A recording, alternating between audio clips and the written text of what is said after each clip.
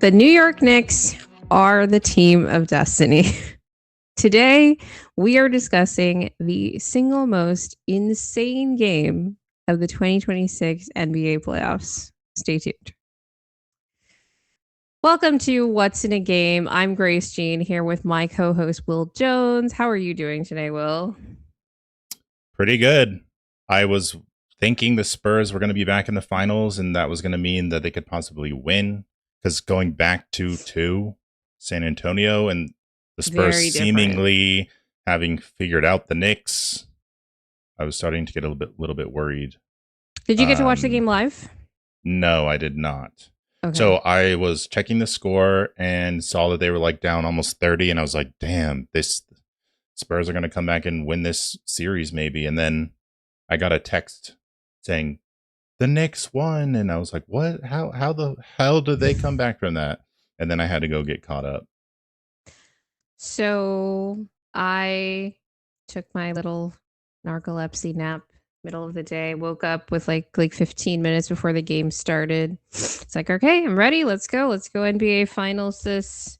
Will the Knicks be able to cleanse the terrible vibes from game 3 in this game? And it started off pretty poorly.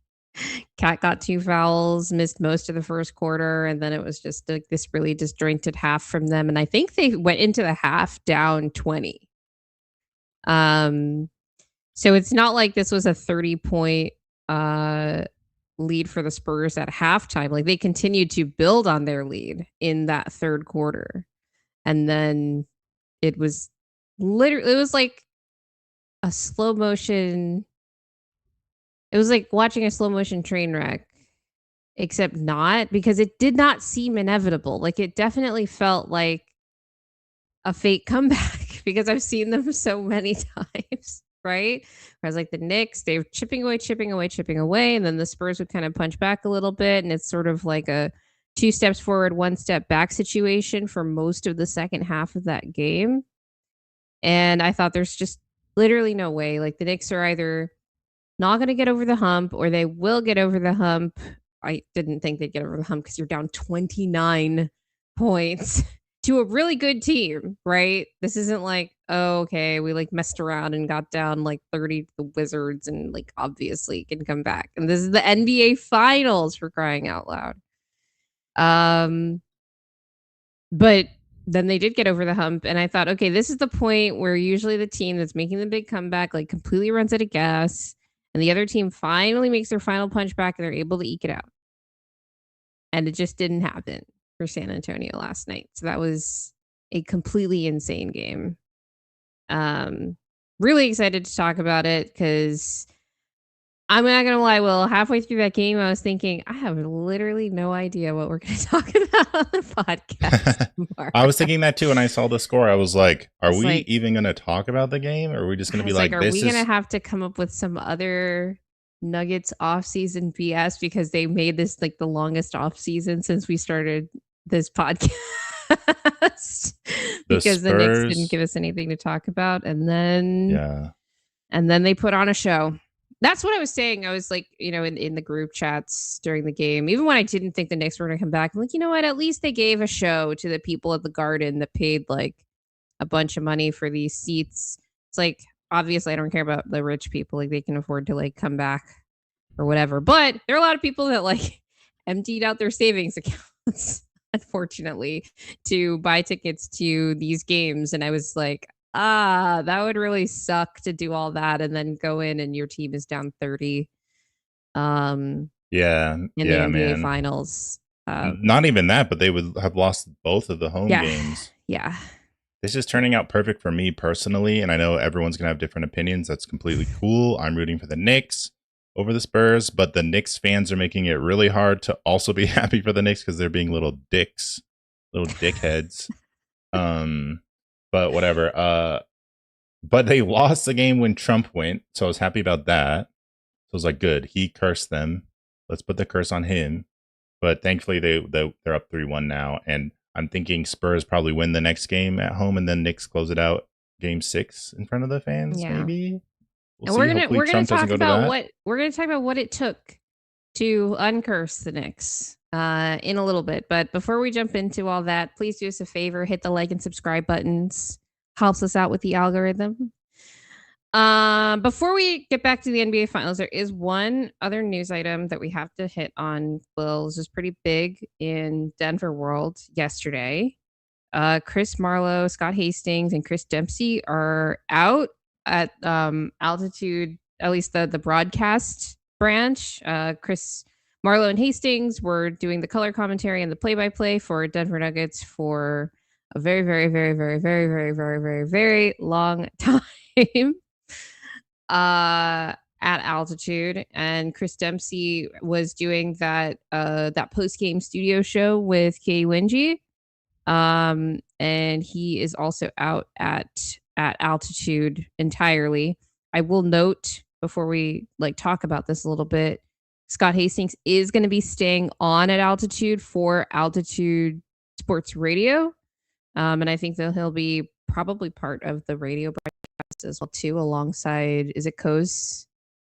Is it Coz? I don't watch any of that. You watch. I listen to them sometimes because the main play-by-play guy is kind of like super hype. He kind of reminds me of like the Charlotte Hornets guy.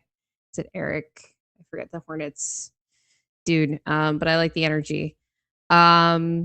But yeah, what was your reaction to seeing this news? As someone who's followed the team, and these have been like the voices of the Denver Nuggets for as long as you've, loved the team, right? Yeah, I have my own opinions, obviously, about the broadcasters on altitude. I don't know what, our viewers and you guys who are hanging out, what broadcast you guys watch. I'm assuming you watch the altitude one for the most part. I like Chris Marlowe. I do. I know people have mixed opinions, of course. I'm not a Hastings fan, so it is what it is with that. I'm kind of glad he's still on the radio because I feel like he's maybe better at being on the podcast and saying his takes rather than being on the commentary. But they've been around for forever, so it is kind of weird. I mean, it's sad either way. If you feel sad that they're going to be leaving, it's totally legit because they've been a part of the Nuggets experience for a long time. I've always wanted more Katie Wingy, so I wonder how that's going to affect her. I don't know if she's going to step into the booth, or I don't know if she's going to be on commentary every game or still kind of do the same thing and they go with different people for the commentary. Or I have to imagine that she's going to be getting a promotion. I don't know. I mean, last season she said she was going to be in a limited role already and not be on many games, and she was going to be doing like the studio show and the sideline kind of reporting, and then that changed mid-season, and then so I was like, does she even want to do that? Maybe they're not going to pay her enough to do that, and so maybe them being out is providing more money for them. Does it mean the Nuggets are going in the second apron because they're cutting costs with these broadcasters? I guess you can hope. I doubt it, but that would be something. Like, well, we don't spend a lot on the off-court stuff anyway. Let's not pretend to, and just pay the players. Snoozer, if Wingy isn't on the mic, we riot. I completely agree, and I will stand with you in solidarity in those riots from California. Why don't you throw up that statement by Chris Marlowe that you had there? I'll just read this briefly. Hey, Nuggets Nation, all good things must come to an end. I wanted to let you know personally that I will not be returning as the play-by-play announcer for the Denver Nuggets next season. Altitude Sports is moving in a different direction and decided not to renew my contract. It has been a wonderful 22-year run. I want to thank everyone who was there along the way, especially the fans. I'm not retiring, and this is not goodbye. It is just so long for now. Now, I don't know if that means that he's not retiring, generally from basketball play-by-play, but I know he also does volleyball because I remember hearing his voice when I was tuning into volleyball during the Olympics. And I'm sure he has some of those side gigs, maybe not continuing during the NBA season, but now that he's going to have, the free time, he'll, be available for other sports potentially. But I thought that was interesting, the phrasing there, or just the detail there, that the way that this went was that they decided not to renew his contract. So was this kind of always where they were going to go? Because you don't extend a contract at the end of a contract. You extend a contract before the contract is done, right? So the fact that they let it go to the end here kind of indicates to me that's what it sounds like, that they let it go till the end and then decided not to renew the contract. And it kind of indicates to me that this was always kind of the plan, or at least has been for at least a year, we'll say. So I thought that was kind of interesting. You want to hear my conspiracy brain opinion on this? I was thinking, does this possibly mean that the Nuggets are going into bigger changes in terms of trading Jamal, let's say, and just going a crazy direction with the team and expecting, these new, whoever it is you get back for these kinds of trades, like you trade AG, trade Jamal, you have a whole new broadcast team, new reporters, so that the reporters aren't bitter over, these beloved Nuggets leaving, and the Cronkies are kind of expecting that, and they're like, let's just clean house, get a new fresh start of culture in here. It obviously could not mean any of that, but I was like, could this be something? Is there something there where they're trying to create runway for new faces? I don't think that's what it is, especially if this is something that they've been kind of planning for over the last year, because there was no reason to think that they were going to make massive changes before the way that the season ended. But I appreciate the tinfoil hat. Yeah, obviously we haven't had a good conspiracy corner in a while here. I just didn't expect them to be the first changes of Nuggets culture. Not that it really has anything to do with the team, Chief but culture officer. You think this is coming from Josh? Or definitely. It's KSE Broadcasting. These are the dudes. The Cronkies. I mean, but I mean Josh specifically, our chief culture officer. versus something that they were kind of, again, planning to. Hey, we had Matt on the show before, plenty of times too, and like they kind of switched up the like structure of the media team last season as well. Mile High Studios now, as opposed to whatever they were doing before with like the way that the social media for the team was organized.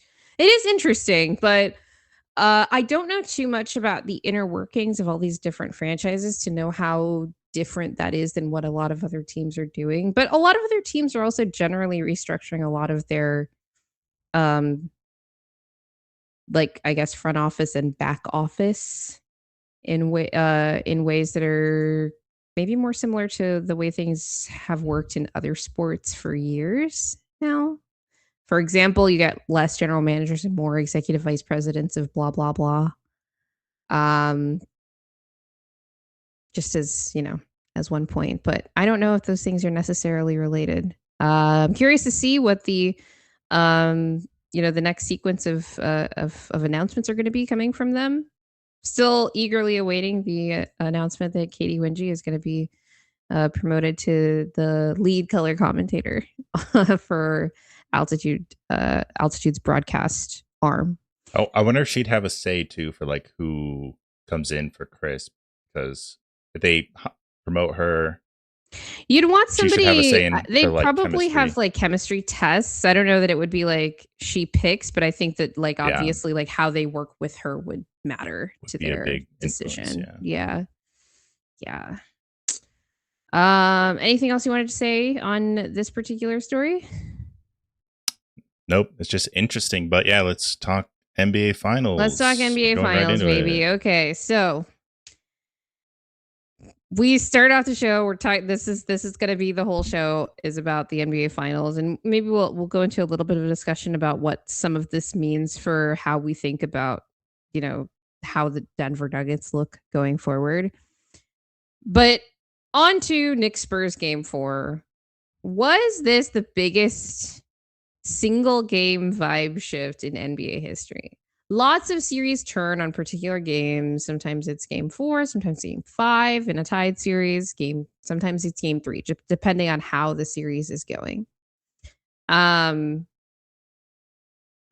after the Knicks kind of go up 2-0 on the road, in a series where it feels kind of like highly improbable in two very close games, then they come back home.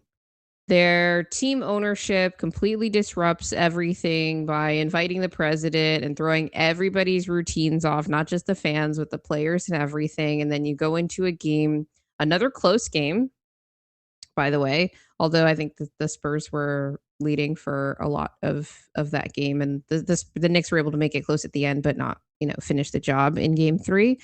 And then it's a loss. And then it's kind of like, okay, don't lose both on your home court. Don't lose one. Don't lose a 2-game series lead because you start off 2-0. Don't lose the home court advantage that you gave yourself by losing both of your home games after winning 2 on the road. Definitely don't do any of those things against a 62-win team that was favored against you because of their immense talent advantage, because of their freakish best player, et cetera, et cetera. Not an immense talent advantage, but a talent advantage for sure. And definitely don't do it on the biggest stage that the NBA has had in 30 years almost, because the stats on the viewership for Game 3 before we get into Game 4 was that it was the most watched Game 3, NBA Finals Game 3. So of all the NBA Finals Game 3s, that's every NBA Finals has had a Game 3 since 1998. Yeah, it is. I have mixed feelings about that whole thing. What are the mixed feelings? It's just good for the NBA. You have your most watched finals, but it's like, of course, it is because of the Knicks, and it's. Well, it's not just this, like the New York media market is when I saw the numbers, I was kind of like, oh, okay, it's great that like the last couple finals got some numbers that were like, this is the best since COVID. Like things are starting to recover and it's great. And that's fantastic. But when you're seeing like a more than doubling up on the viewership whenever you have the New York Knicks in the NBA finals, it's kind of like, okay, like I get it. Like this is why this is like the holy grail for all of these broadcasters and their advertisers, is because it's like this is just a different beast. They literally just have more people. Like there's nothing you can do about that. And it's not just more people in New York, but obviously Knicks fans are kind of scattered. And you'd probably get a similar effect if it was like the Lakers in the finals. And yeah, but the reason I bring that up is like there were all of these things kind of compounding on the Knicks coming out of that game 3, including the fact that like almost 25 million people are watching you. That's live. That's just the live numbers, let alone like everybody watching on like social media and all that. And those are, that's multiples of the people who are watching the games live. And so it's like, wow, the amount of pressure that these guys must be feeling is intense, right? Cue game 4. It starts off with the Spurs taking a double-digit lead, Cat going out with 2 fouls, the Knicks going down big early. I think they were down 15 in the first quarter, and like I said, 20 at half. They end up going down 29 ultimately by like, I don't know, the 9-minute mark or something of the third quarter, and you're just kind of like, oh, okay, this is going to be one of the biggest like disappointments probably in terms of the opportunity that was in front of them in NBA history. And that kind of sets the stage for what happened next. But before we get to the Knicks' actual comeback, something had to change in that building. Well, okay. I was kind of annoyed after I was very annoyed after game 3 because all the discourse was about how bad the vibes were. And I was like praying, like, can the Knicks please just get it together and win this series so I don't have to hear about how the president ruined the NBA finals for the New York Knicks for the rest of my life. Like, I don't want that to be the conversation coming out of these finals. And that's unfortunately where the discourse was after game 3, even among very smart analytical people, because it was sort of this unshakable feeling. So I want you to rank or sort of give percentages to in terms of credit for expelling the demons from Madison Square Garden between the brave fans who came into to MSG and saged the Garden the other day. So this is the off day between game 3 and 4. There were multiple social media posts of people going down there to just perform whatever rituals were necessary to prepare it for game 4. Next is we'll say Taylor Swift, along with the sort of cadre of fans that were just trying to of Celebrity Row fans who were just trying to bring the positive energy to the court side. And I'll say Taylor Swift. Mariska Hargitay, who is apparently like she's a huge Knicks fan. Apparently, she's like dying after the game last night. Ben Stiller, of course, one of those people who's courtside at almost every Knicks game. Obviously, Stanley. We saw Jerry Seinfeld there yesterday as well, kind of losing his mind, along with Larry David too, of course. And the last person or persons, the Wu-Tang Clan, who performed the halftime show at Madison Square Garden yesterday. And it was a very a good performance. But when I saw that they were the ones doing the halftime show, and that's obviously what the turning point of the game was, I think that kind of bumps them up on the list. But what do you attribute the vibe shift to the most of those factors? Well, first I have to get some background on Taylor Swift, because like, when the hell did she become a Knicks fan? Has she always been, or is she just bandwagoning? So apparently, I wasn't sure because I don't really follow Taylor's like sports leanings. I'm a very casual Swiftie. My only knowledge of her attending like any basketball game period was last series with her and Travis Kelce going to see the Cavs. But apparently, and there's documented evidence of this, she's been going to Knicks games since they were like uber bad. Okay. Like 17 win team bad. At least she's not like on the like Stiller Spike Lee level. But this isn't she isn't like this is her first Knicks or even her second Knicks game. Like she's been going since she moved to New York, basically. But you know, that's just kind of there's lots of celebrities that do, but it's not like a first time kind of outing. Yeah. Well, Mile High Aki, our friend, says Ben Stiller burned his jersey after getting home from game 3. So if that's true, I might give him some more percentage. Lamp 7969 says OG responsible for the vibe shift. I think definitely totally I'd probably give him 100% and give everyone else 0%, but I don't think I can do that, I guess. But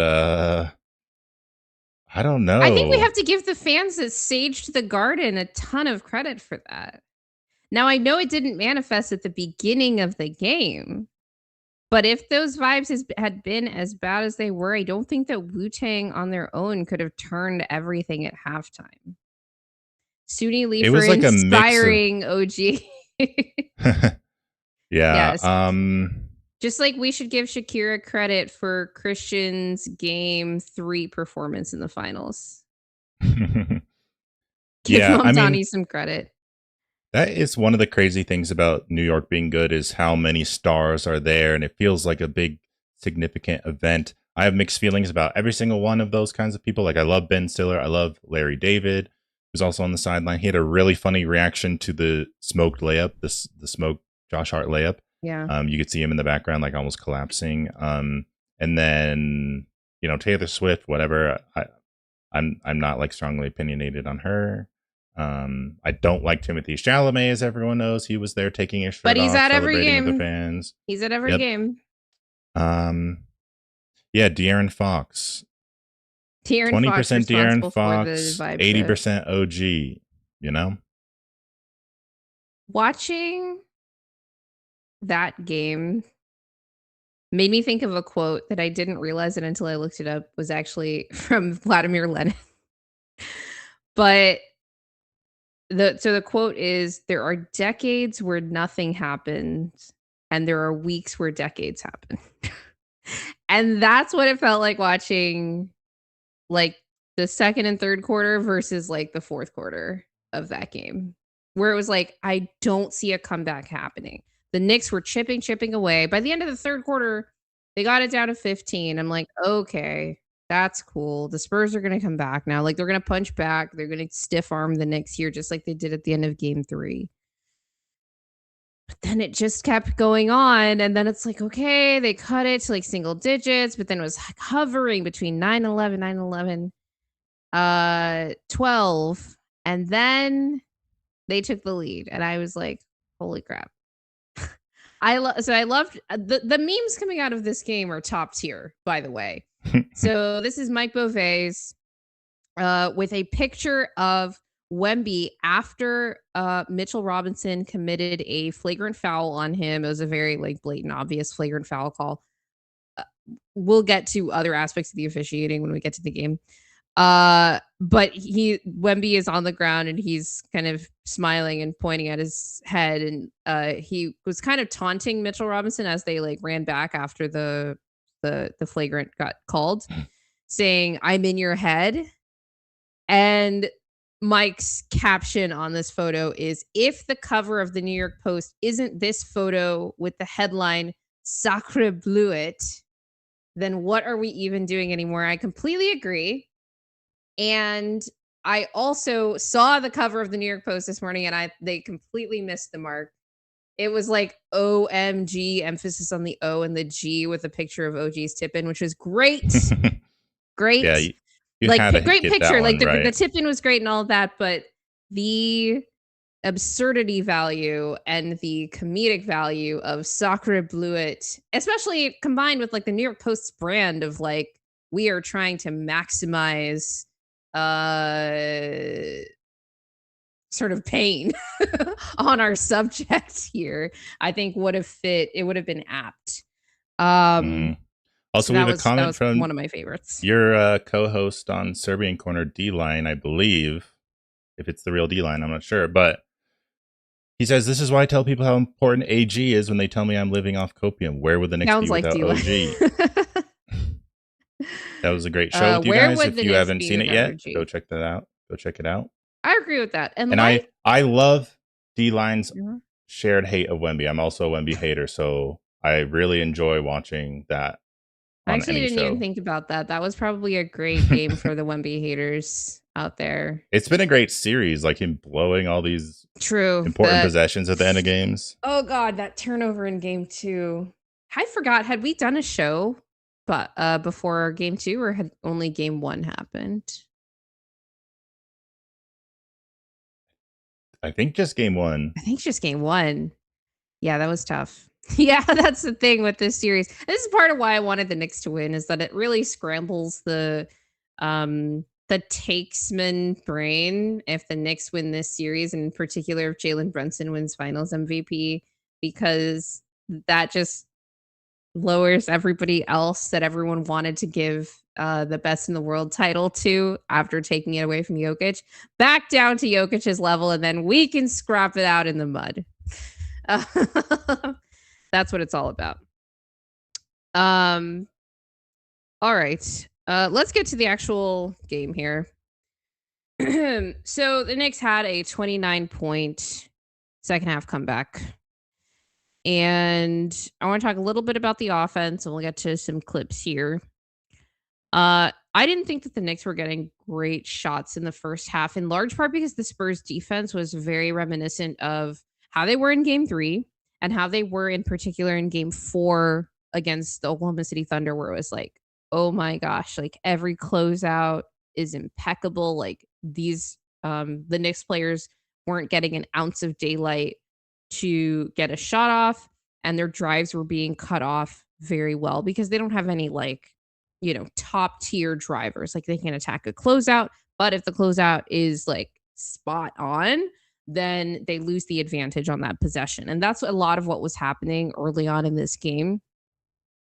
After the first quarter, and like part of it was that the closeouts were really good. The other part of it is that the closeouts were so good that even when they had like a sliver of an opportunity to still get the shot off, like just by me watching, they were hesitating to take that shot because they thought the closeout was going to be even better than it was. So it was kind of having like a secondary effect on the willingness of the Knicks to take shots. So after the first quarter, they only had 5 3-point attempts. You're not going to win a game against the Spurs if you're on track for 20 3-point attempts in the game. That was just not going to do it. They ended up finishing with 32 3-point attempts. And that tells you a little bit something about how much more open the shots were, I think, in the second half. And we're gonna talk about the 3-point shooting in particular, because I do think that that's what turned the game. They also shot very well in the second half, 11 of 20 from 3, which is still not as good as the Spurs were shooting in the first half of that game. Will, I know you didn't get to watch it live, but there was one point, I think like midway through the second quarter, the Spurs were shooting 60% from 3. Yep. And it was kind of like, okay, the Spurs have the kind of lead that you would want if you're shooting this well. Right?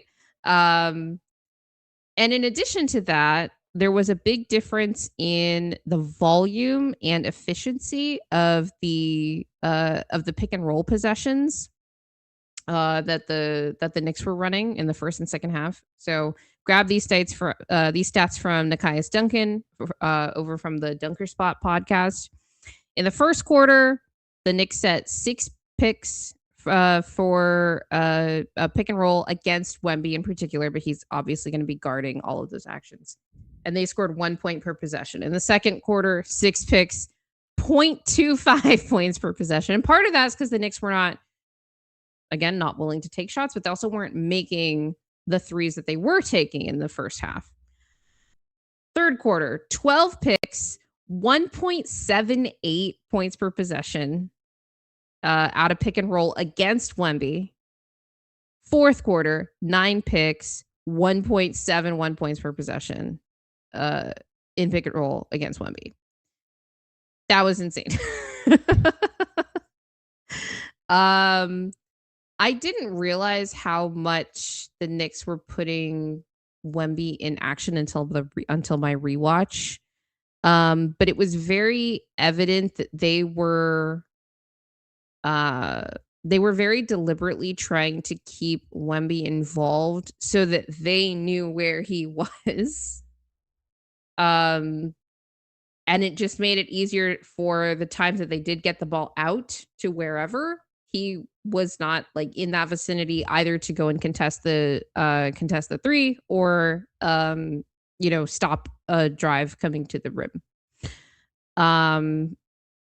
Before we get to the threes, let's go to this Jose Alvarado bucket from the fourth quarter.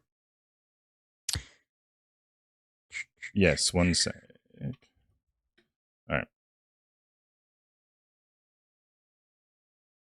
Gotta turn on the Clips computer. Oh, no problem. We will sit here and wait. Let me see what. Oh, here we go. Okay. So, if you could okay, we'll just watch the whole thing and then restart it. So on this possession, Jalen Brunson has Jose Alvarado come and set a screen for him because Wemby is roaming off of Alvarado at this point. I thought that was an interesting choice, honestly, because the Spurs, like Josh Hart was still on the floor. Jose was taking Mikal Bridges' place on the floor, and the Spurs decided to just have Wemby roaming off of Jose because he was doing a lot of this like one man zone, and we'll see a lot more. We'll see more of this when we get to some of the other offensive clips. But the whole point was like whoever Vic is guarding, bring him into the action.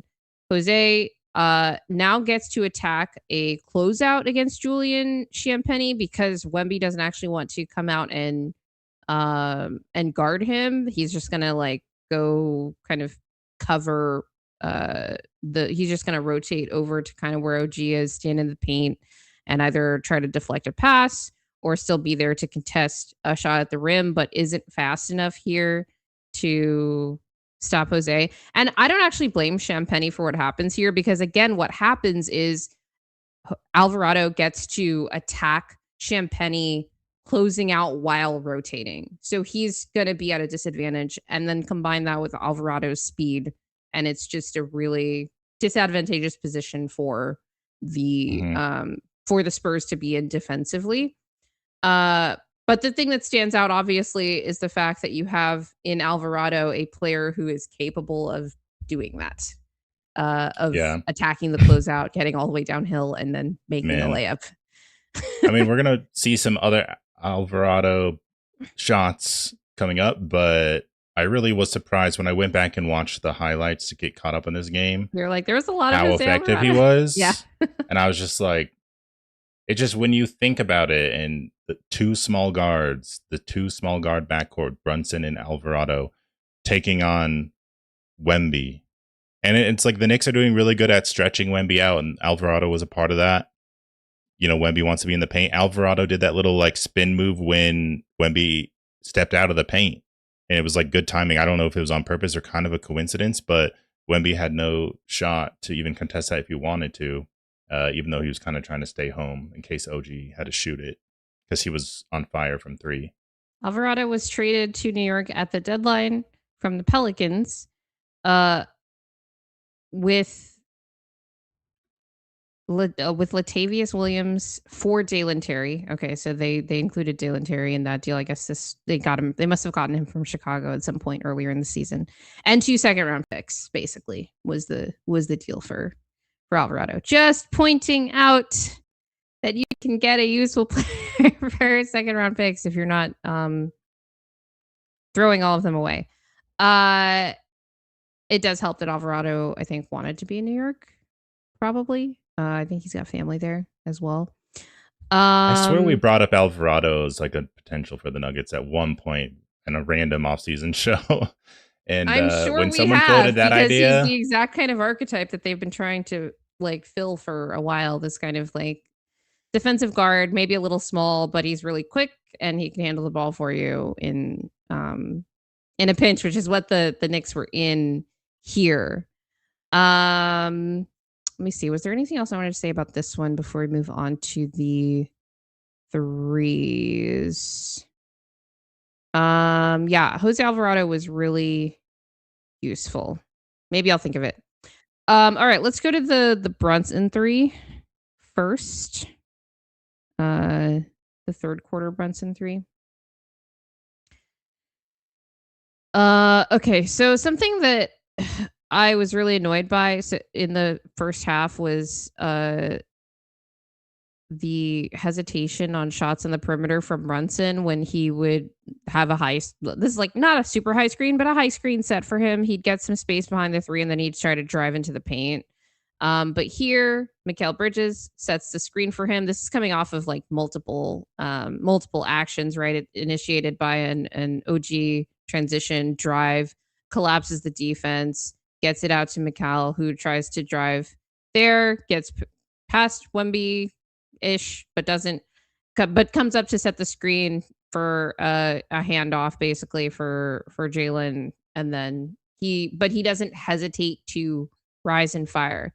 Now it helped that Jalen was pretty efficient on these shots in the second half of this game. Let me see what Brunson shot in the. I think he was 3 of 7 from 3 in the second half. Just in the whole game. I don't know okay. in the second half, but 2 of 4. Okay. He actually didn't take that many. I thought he took more. They must have all. Not that many. Yeah, it was 3 attempts in the first half, 4 in the second half. So the increase in attempts in the second half wasn't really driven primarily by him. But that was sort of that was emblematic of like the Knicks needed to kind of loosen up a little bit on their shot willingness, and that was a pretty good shot compared to some of the ones that were maybe more available in the first half, like pretty wide open. But I thought that, and we'll see it as we get further into the game.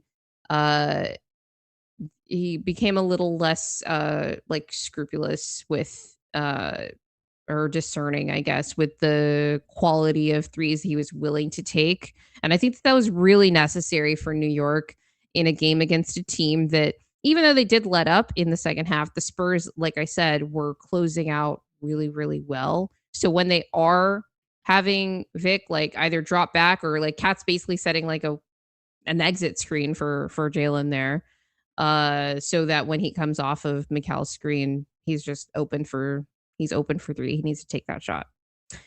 Marco says Mike Brown is a really good coach in my opinion. You should tell that to the Kings ownership. That is so funny, man. All right, let's go to the OG 3, the first one. Oh God, there's so many here. I know. We're just gonna 7 threes total in the game. All right, so Cat is a hub. Josh Hart setting an exit screen. Wemby wanting to play this like one-man zone. Doesn't want to leave the paint, and that just leaves OG open in the corner. And it's funny because he's not going to close out on it, and you know that setting this exit screen, but then he like closes out anyway. I don't know. I guess jumping at it like that is a chance OG could miss. You know OG will take the shot. I think that he was kind of hoping that his closing out short would force OG to drive, and that would have been easier to cut off. Yeah, true. And that is, like I said, the Knicks were way more hesitant to take shots in the first half, but they also weren't that open. Like I said, it was a combination of the Knicks kind of loosening up a little bit on their offense, but also the Spurs letting up on the defensive side. Let's go to the next OG 3. This is one from the fourth quarter. Yeah. Okay. Gotta love Knicks ball movement. Again, Jose Alvarado, Wemby roaming off of him. Jose just drives to the middle, and Wemby's like, "No, I'm not going to let you get a layup." And Jose is like, "Psych, that's not what I'm here for." Even though I did have that one really cool. Yeah. This is also a bit of a miscommunication because is Fox playing two, or is Champagny trying to cross the half court to go contest Josh Hart's potential corner three? Well, that is the whole thing. And the interesting part is that OG was originally on that side and ran over here. Yeah. To the opposite court, which brings Champagny over there, which is going to make a really long closeout. Yeah. Once they swing the ball. So I think Fox is thinking Champagny's over there. I got to at least stop the pass, which you would think is smart, like trying, because you know this dude's wide open, but it allows the drive. And Champagny maybe could have closed out there, even if they passed to Hart. I'm not sure. So I don't know. It's like Fox would have had a really heads up defensive play to like trust Champagny to close out and then stay in front of Alvarado there, but he didn't contain him at all. Yeah, OG's initial relocation really created this, didn't by creating that really long closeout. It both created a long closeout, even if they'd done everything right, and also created, I think, a bit of confusion between Fox and Champagny and Wemby there. Because I don't like Wemby's not guarding anybody in that clip because again, they want him to just stay near the basket. Let's go to the Macau 3 next, third quarter. Yeah, Wemby wants to be everywhere, but he's too small to cover the whole paint. He's not like that character in Kuroko No Basket, whose reach was 22 feet out from the rim, basically. Wemby is pretty much a real life anime character, but really not quite that. Do you think he's watched Kuroko No Basket? No, he's too busy reading and studying with monks. He doesn't have time for that slop. He's this distinguished Frenchman. Murasaki Bara, that was his name. I needed to get that out. Murasaki Bara. Okay, well let's Atsushi. Yeah. Okay. Sorry. This is important. You got Alvarado again, or sorry, this is Hart getting dribble penetration out of the corner on a closeout. Again on a closeout, but the ability to attack. Weird. Like, could we go back to the initial closeout here from Dylan Harper? So he was initially guarding Brunson, and this is again created by Wemby not wanting to leave the paint. Because in another universe, the responsibility here is on Wemby. It's not just Wemby not wanting to leave the paint. This is the game plan of the Spurs. I want to make that clear. I don't think that this was an execution mistake by the players. I think this is what the coaches coached them to do. But the Knicks were able to counter that by playing all this 5 out, having all of these sort of external relocations to create as long as possible of closeouts, given the fact that they know Wemby's not going to leave the paint. So it's going to create long closeouts for all of these guards. And it really messed with the Spurs guards' ability to have these really strong, really sharp closeouts that they had in that first half of the game. Especially in the state that they were in that second half where they weren't quite as locked in. And by the end of it, I think they were all just also tired. It was just a perfect storm, really, for the Spurs in that sense. All right. We have a couple of I can't believe they made this shots in this game for sure. If you could go to the next OG3 here, this one was near the end of the third quarter, where he gets us just a step back over, is that Castle? And it kind of bounces in softly, very Kawhi-esque, actually, in the way that the ball true, softly caresses the rim before rolling. Hit the rim multiple times. Man, the OG next was one just so big in this game. Yeah. I know why people want to make him finals MVP. I do think they're over-indexing on this game a little bit. I do think he's been very impactful in this game, but I want to just think about the comment that we got earlier in the stream about how OG's like their AG, and it's like, yeah, like AG is huge, like absolutely, but I don't necessarily think that AG would be like the finals MVP with even like the impact that OG is having, which is like maybe more than like not maybe has been more than like AG has had necessarily in a series in a while now. Like very high level role player, like star in their role, absolutely. The next one here is the Alvarado 3 from the fourth quarter. My notes here on these shots are that they're just golden touch shots. So again, creating insanely long closeouts. It is an open corner 3, but like I did not think that shot. Look at the way that this bounces. It bounces and then rolls and then hits all the way around the rim pretty much.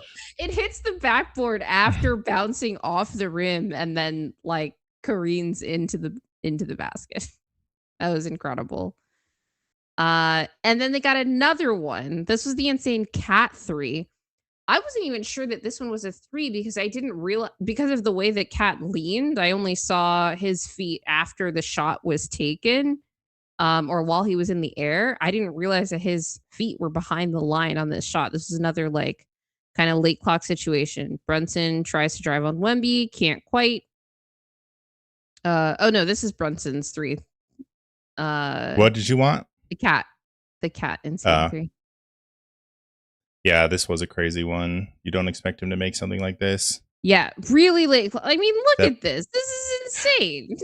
How did he get... It doesn't look like he's behind the line at all when he shoots, but he just barely does, I guess. Just barely does. Did they review that? Was it like a point of contention? Okay. No. They wouldn't have reviewed it unless it was later in the game.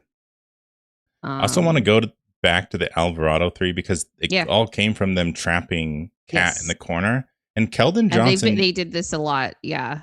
Definitely was like falling asleep on some plays. Like I think, he was in one of the last plays we showed. But like after the double, once the ball gets swung out, no one's closing out over here. Like he's just standing there, not doing anything, which... it's kind of crazy. This play really was the epitome to me of how the Knicks were kind of locked in and the Spurs weren't, because Mikhail's just like a perfect read. Like, oh, no one's going to guard Alvarado. Like, sure, I'll just throw it to him. Like, I trust him, whatever. And he makes it. And it's just, I was kind of like, Jose, pass it to Jalen there. What are you doing? But then it went in. So. Yeah.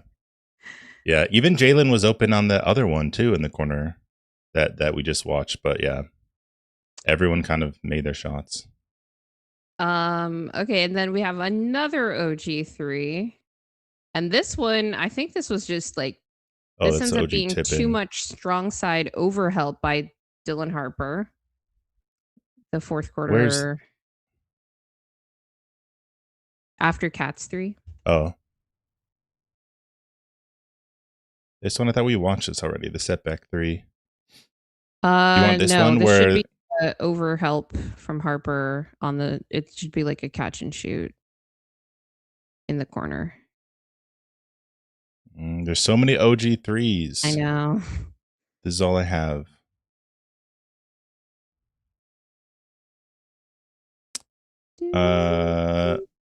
That's all I have. Okay. Well, Harper overhelped, and I was like, you didn't have to do that, buddy. It was a Jalen Brunson driving. I thought actually that I think it was Vassell. It might have been Castle guarding him. I think it was Vassell, though. Did a good job containing. And then maybe it was Fox, actually. And Dylan Harper's just overhelping from the strong side corner. And Brunson's just like, okay, here you go, OG. And easy catch and shoot from the corner. I thought that was just like a weird choice because... Oh, yeah. No, this is it. It was Castle guarding Brunson. And I just like, I don't know, it was cut off. Like Wemby's right there. I just thought that it was like Harper got a little overzealous on this possession. This was one, unlike the others, where it was like, okay, the Knicks scheme countering the Spurs scheme. This was an execution error on the player because this was not what they were doing in other instances. Next, we have another Alvarado 3. And this is when the Spurs start doubling Brunson more.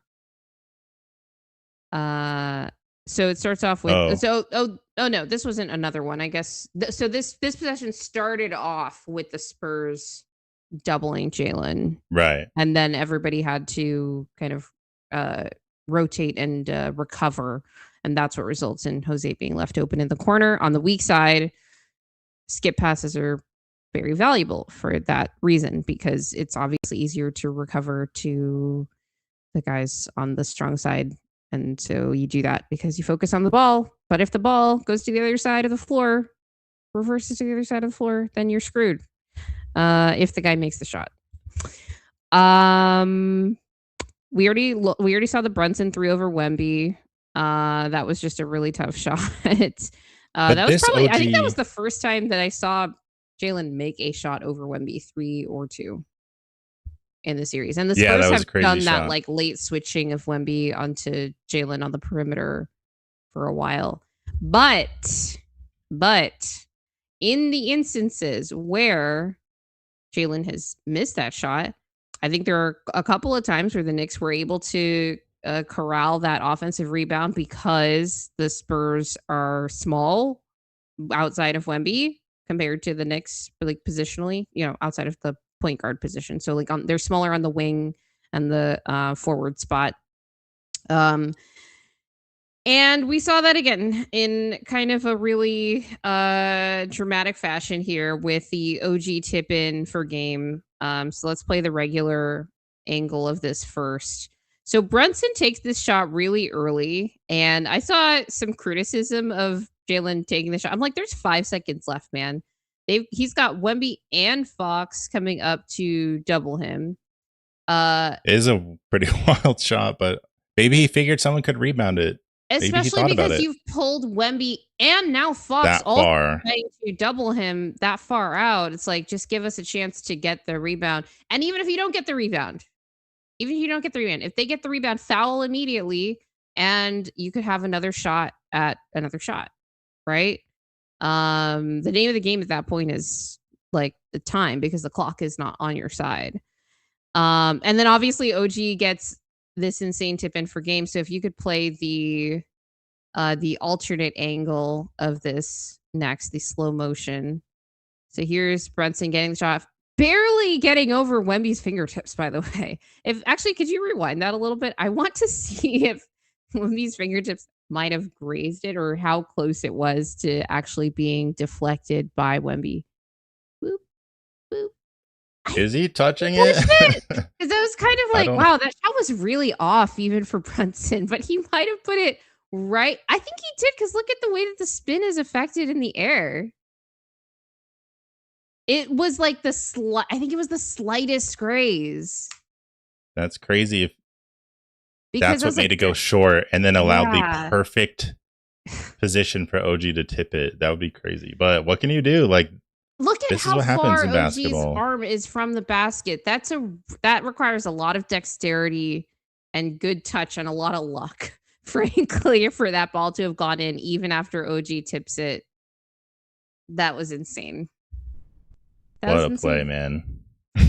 Here was my question.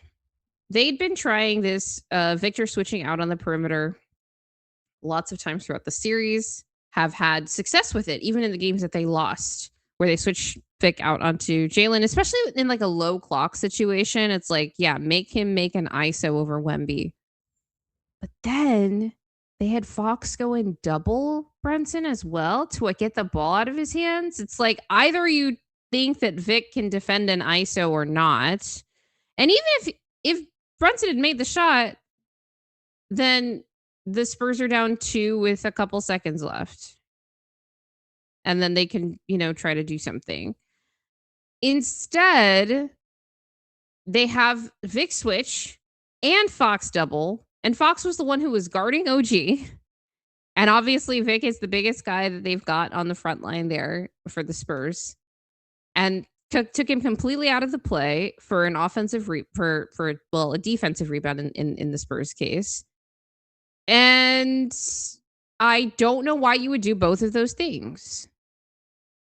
I think if your plan was to double like that, it should have been like a hard blitz with Vic, because he doesn't come far enough up to make me think that the point was to like blitz or trap Jalen with like no time left on the clock. It looked like he was just coming up to switch like he normally does. And then Fox just comes up for a late double. I don't know if Fox was like freelancing there. I think that was probably the plan from the coaches. And that's what I'm most skeptical of, is like, why would you do that? Mm-hmm. There were so many moments in the game where they just couldn't make the right decision enough times in a row when faced with a problem, even in a single possession, which you also had that clip on that OG3. Here, I want to show this one because we didn't really talk about this play, where like they did so much to kind of cover these actions, and they're kind of swinging the ball around. Oh, this is the closeout. Which one was it? It was... Which one are you thinking of?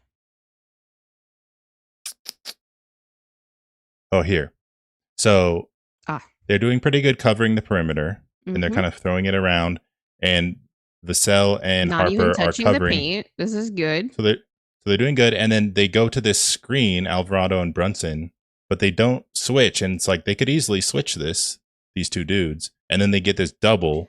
Well, the problem with the switch is that Jose didn't really set the screen. He basically slipped it.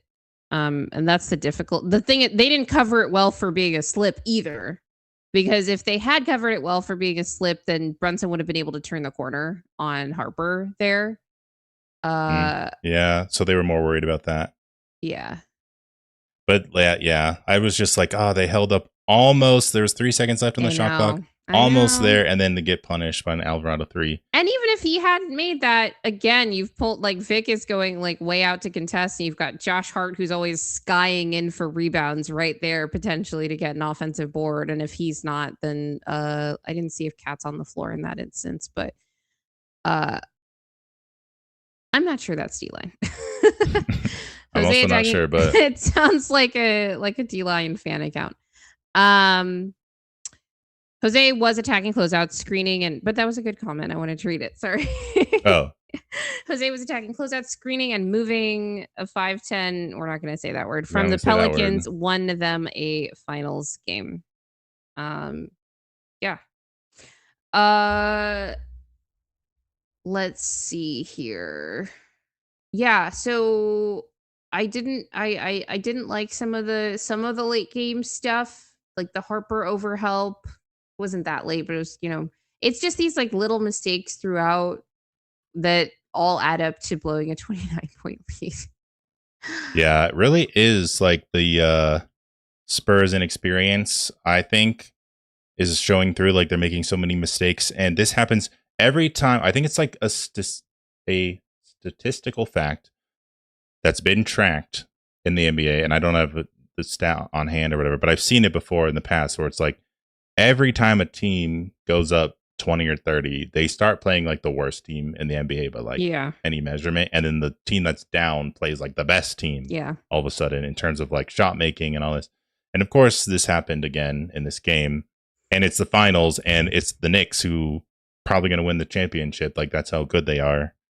And so they can turn it on, of course. And we saw it happen. It was almost like restoring my faith in the NBA a little bit, because we've seen the OKC won last year, even though SGA is an MVP, and he's what age is he? He's not like super young, but he's not super old either. 26, I think, turning 27 next year. So you usually win. He's 27 now.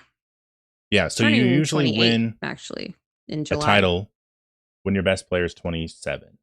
And so I was like, Wemby's going to win when he's 22. This is going to be insane. And I'm more used to like the Nuggets, a team struggling and having to lose a couple of series and learn lessons. And the Spurs are learning very hard lessons in the hardest, most devastating way possible that you could learn them.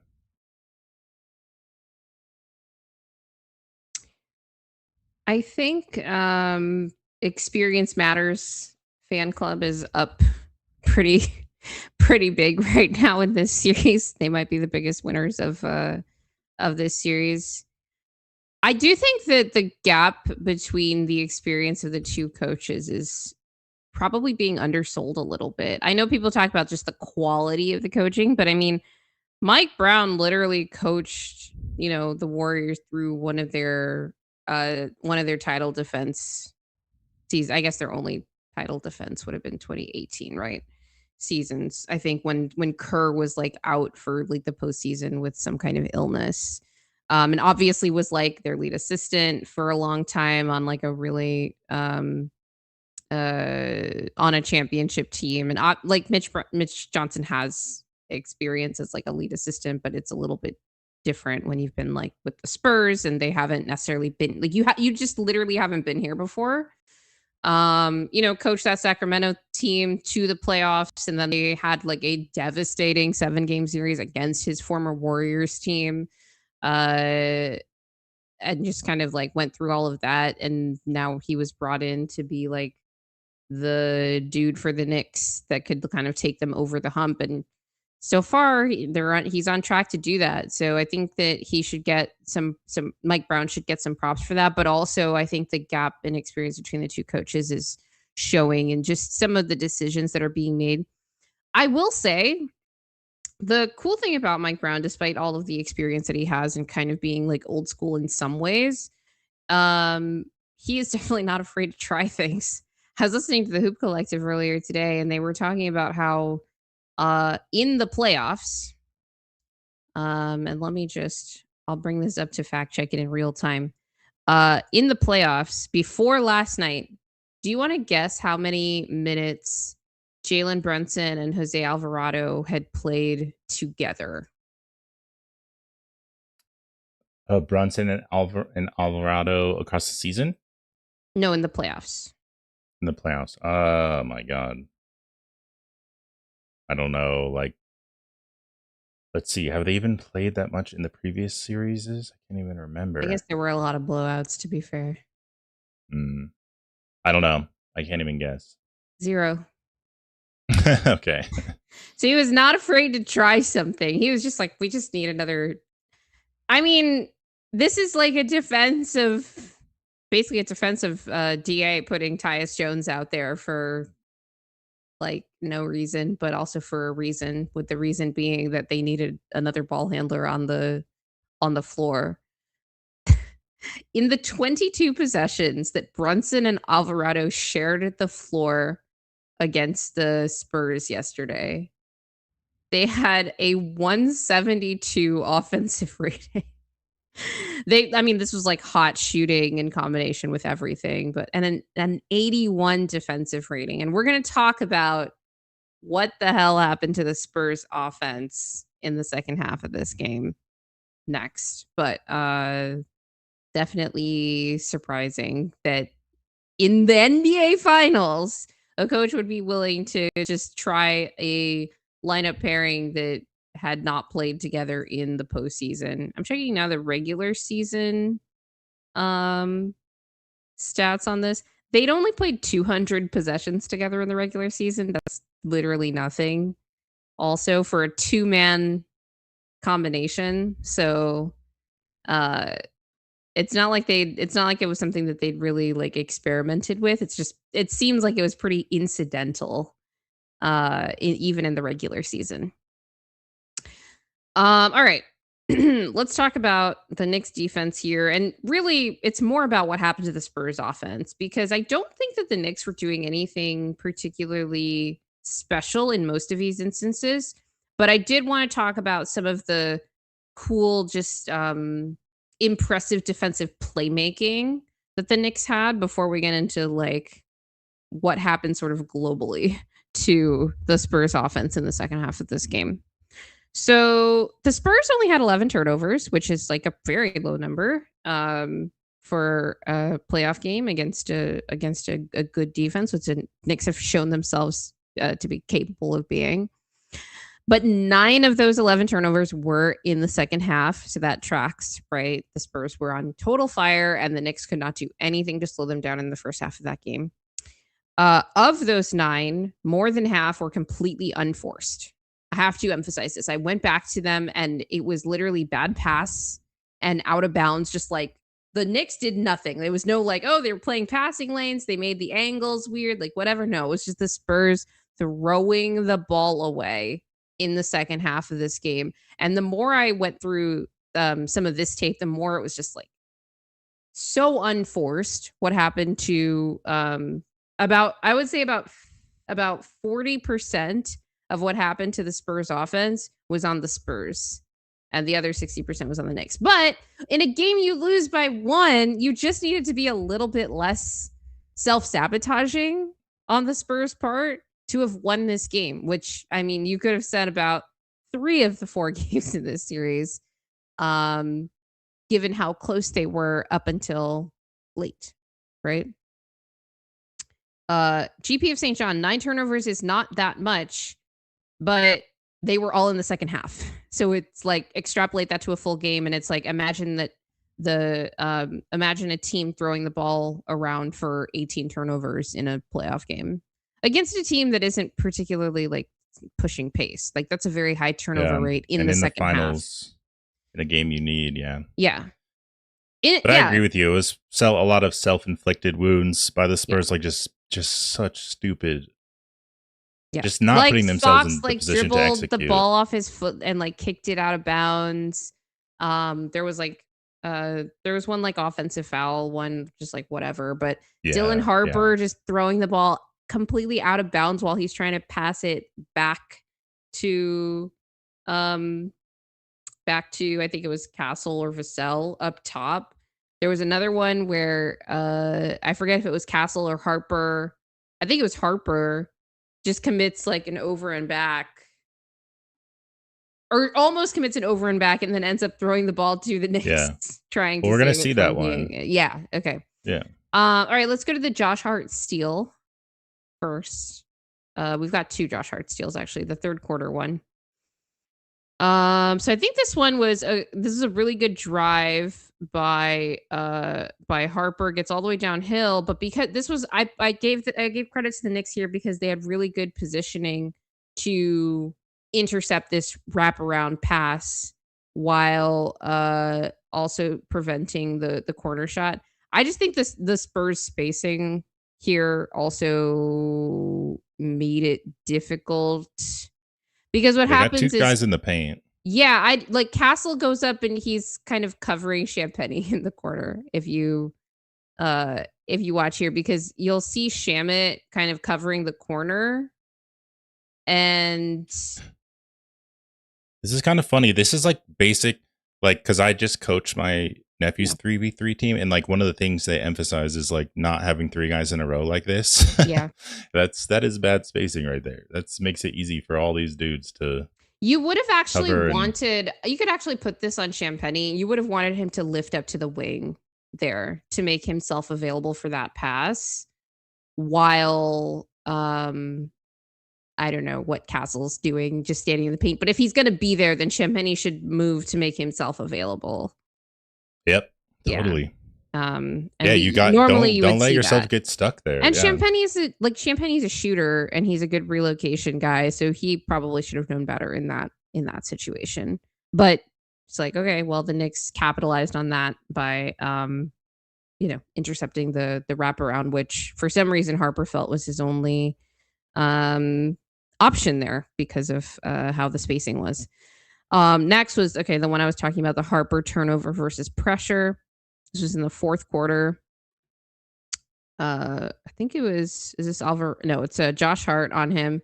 Almost commits an over and back, tries to save it, and ends up just throwing it to OG here. But it all starts with Alvarado's pressure. Or not Alvarado. Yeah. Is that Hart? The headband. Yeah, it's Hart. It's Hart's pressure here. I don't know why. Why are they setting the screen this high? I don't know. I think, inexperience. It might be just a little bit too high. Lazy. Like, I love a good high screen, especially when the guy is already ready to come downhill, but Harper has to come up and curl Yeah. around. And Wemby has no momentum. He's just like walking into it. He's just like slowly Yeah. walking.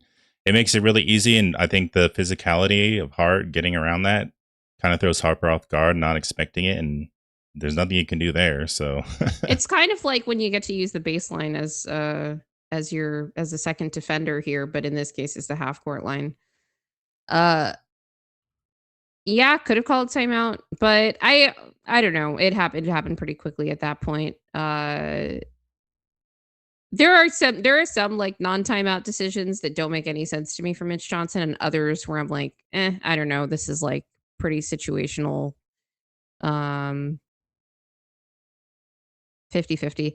It's much easier watching the game on TV than on the floor at that moment. What does that mean?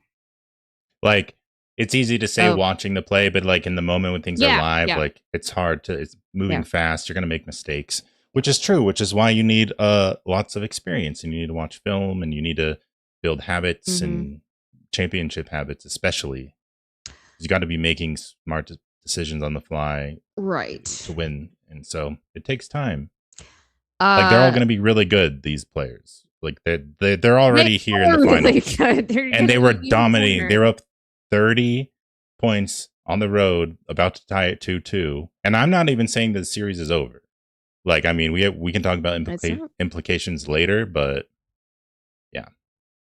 All right. Next is the other Josh Hart steal here from the fourth quarter. This was the one that that led to the smoked layup, but it's another wasted possession for the Spurs. I have literally no idea what was going through Fox's head when he threw this pass. This was really bad, I've man. watched this so many times and I still can't figure out. It just to me seems like it was a miscue between Fox and Wemby. Like Fox had expected Wemby to pop, but then when he didn't, it's kind of like, well, what are you doing?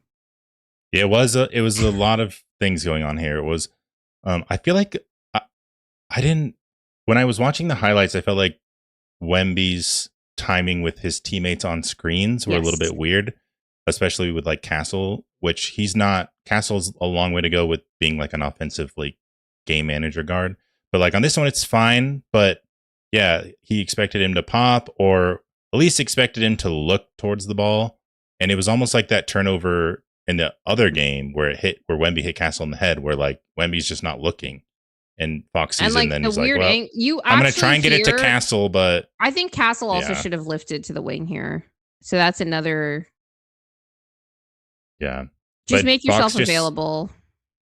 Fox trying to force the ball to Wemby, not even putting But pressure on the it's such a defense. bang bang play. I think I blame Wemby more than anybody on that play. Yeah, But just overall, they it's didn't like know a what they were Fox and doing. Wemby, like clearly a big miscue in a pretty big moment. And they got Mm-hmm. saved by Josh Hart, smoking that layup, but they weren't able ultimately to capitalize on that gift that Josh Hart gave them. Um, all right, and then the last one is the Castle turnover. This was the one where, Josh Hart, I think, closes out on Castle, ends up causing him to step out of lines on the or step out of bounds on the baseline. Yeah. Great closeout by Josh Hart here, by the way. Just force the bobble and then force Castle to step out of bounds here. I actually thought that they called an offensive foul, and I thought even if they called the out of bounds, they probably should have called the offensive foul anyway. Um, because Castle was clearly frustrated, and that's just a testament to how strong Josh Hart is and difficult to move unless you're committing an offensive foul on him. But they didn't call that. They did call the out of bounds, so I wanted to give Josh Hart credit for that. He had a lot of really good plays in the game until, well, he had the steal, but then he smoked the layup, and then he had the one where he missed a box out on Castle because he was trying to help on Wemby. I'm like, dude, your guy is literally skying in for a rebound that Castle gets and then gets free throws for it. Those would have been the two plays that like haunted Josh Hart maybe for the rest of his life Mm. if they hadn't won this game. Yeah, he said that Um, after the game. Did you see that? yeah, yeah. Okay, He yeah. like thanked OG for like saving him because of the tip in. I just think it's interesting too, and I think I have a clip later on of Castle trying to throw a lob to Wemby, but it was like he was just not being aggressive enough with his driving on offense, and then but in that moment he's like almost over aggressive, and then it leads to like going out of bounds. It's just hard to make the right decisions and like be under control and be poised in the moment and not make mistakes. And there's one right there for you, that all this adding up to the Spurs just collapsing. Yeah, there was a sequence, I think, early in the fourth quarter where the Spurs were just taking a bunch of bad early 3-point shots. They weren't really even like, it wasn't just the fourth quarter. I think they had another stretch of the third quarter where it was the same thing, but it was less costly. Um, just one kind of big example of that was this Harper early 3 in the fourth. If you could bring that one up next. All right, so just New York zoning up, and this isn't a terrible shot. New York has cut the lead down to, I mean, it's 18 at this point, right? It's nothing crazy. And the Spurs are just like, we're just gonna play our offense, pass the ball around the perimeter. And if the New York is gonna zone up, then we have to be willing to take these wing threes. Here's the thing though. The Spurs have so many great drivers on this team. And the other way that you can attack a zone is to drive against it. Will, do you want a second to plug in your computer? I got it. Okay, good. No problem. So yeah, this wasn't, I don't blame Harper for this. The process itself wasn't terrible. It's just like, this was kind of the beginning of the really bad offensive process that the Spurs had in the fourth quarter.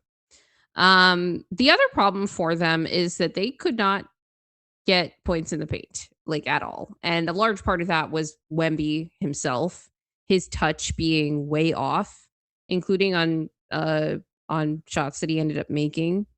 That was pretty exemplary. I think they made only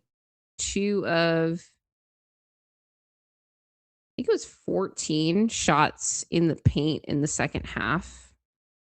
That can't be right. I think it was the fourth quarter. There's no way they only took 14 shots in the paint in the whole game. Let me get the second half. Oh my gosh.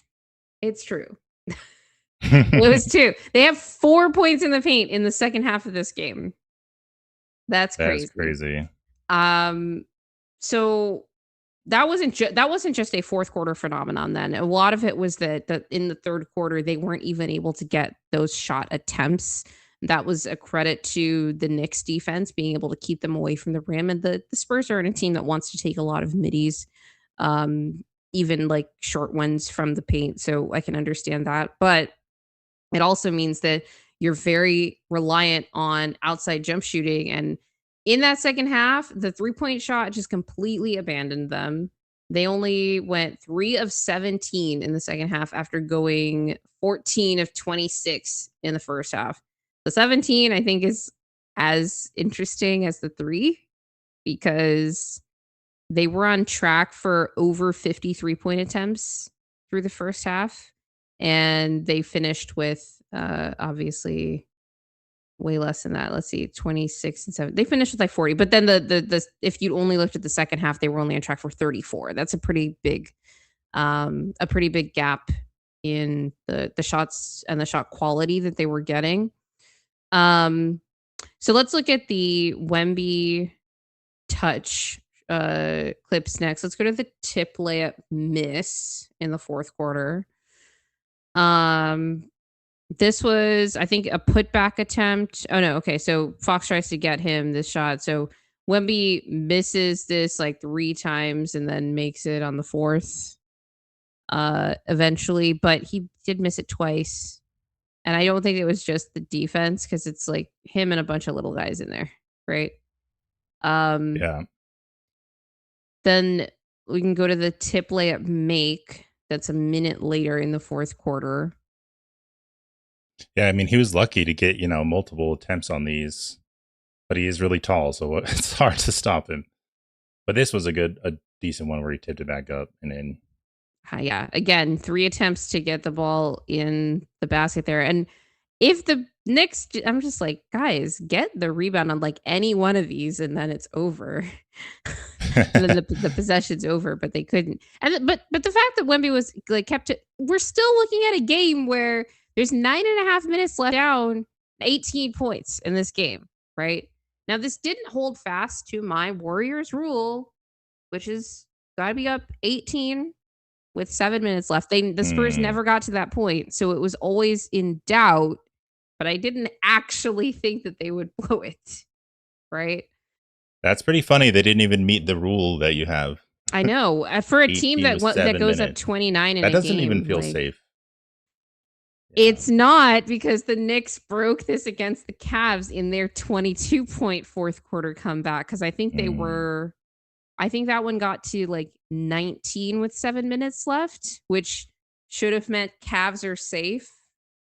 I think if you look at like the win probability charts, the Cavs were at like 99.9% chance of winning at that point in the game. So, I'm not just making this up, guys. This like never happens except when it does.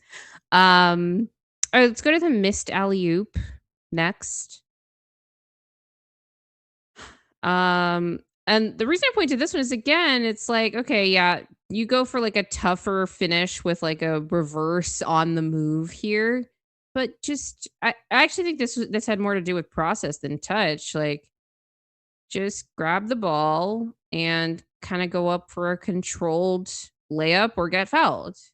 Instead, they end up missing this, and the Knicks recover the ball, and that's another empty trip. But still, at this point, they're up 17 with 9 minutes left. Right? Did you feel like Cat fouled him on this play? Kind of like shoving him right here? Not that they would call it because it's the playoffs and stuff, but there was a lot of physicality, and the refs were really letting like guys play. I think I have to go based on the standard of what they had been calling, and I would say no. Yeah, I mean, it was a pretty physical game, I thought. Yeah, I feel like it's kind of like the game that fans kind of want in the playoffs, where guys can be physical, but they're not calling everything. And it didn't seem too inconsistent from what I saw. Did you feel like there was that any? One, no. On that one, no. Or just in the whole game, did you feel like it was like a fairly called game? I thought the first quarter was pretty egregious, but I don't think it was all necessarily on like ref bias. I think it was like I thought the overturn that resulted in Cat getting his second foul with an offensive foul was ridiculous, because I was like, he's not hooking Wemby's arm. Wemby's arm is like, Wemby was actively hand checking Cat because he got beaten on a drive. And in addition to that, he was pulling Cat down when he got the block. So with all of that there, one, I wouldn't have overturned the call, but even if you're going to overturn it, you can't overturn it and then give Cat the foul. Like, it just make it a no call. That was one. And I think that was pretty, like, now we see how important it is for the Knicks to have Cat on the floor. It seemed pretty like dispositive for what ended up happening in the first half of this game. The other one was the 2 missed goaltends. One of them, I was like, okay, I thought it was a lob to Mitchell Robinson as well, so I can understand a ref missing that in real time. That's fine. The other one was, so it wasn't actually a goaltend. A lot of people are calling it a goaltend. Wemby like tips the ball like over, like, I don't know if he intentionally did this, but I think he was trying to tip it in, but missed. But it goes completely over the rim, doesn't touch the rim, and then he catches it before it touches anything else, and that should be a travel, and they just didn't call that. Like, I've seen that be called, like I've seen Giannis do it before and it be called a travel. And that's how I learned that rule, was watching that happen. And that was pretty egregious because it was like in full view of like 3 different refs. Like, how do you miss that? And all of this was happening like in a very short span of time is the other thing. So it felt like it was all going against the Knicks. I do think things evened out over the course of the game, and I'm sure the Spurs had some calls go against them as well that were like, I thought the flagrant foul on Mitchell Robinson was totally correct. Like, it was obvious. I thought the flagrant foul on Wemby was correct and obvious.